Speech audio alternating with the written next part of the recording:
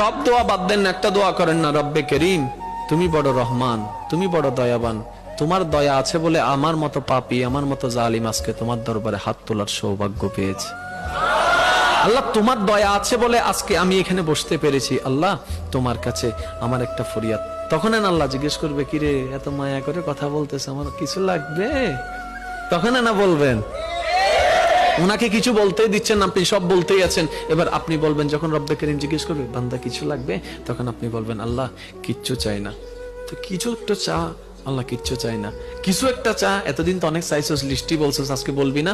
আল্লাহ না, আমার লিস্টি লাগবে না, তো কি চাস? এবার আপনি বলবেন আল্লাহ আমি শুধু তোমাকে চাই।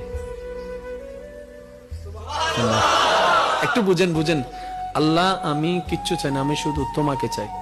রব্বে করিম বলবে তুই আমারে চাস মানে?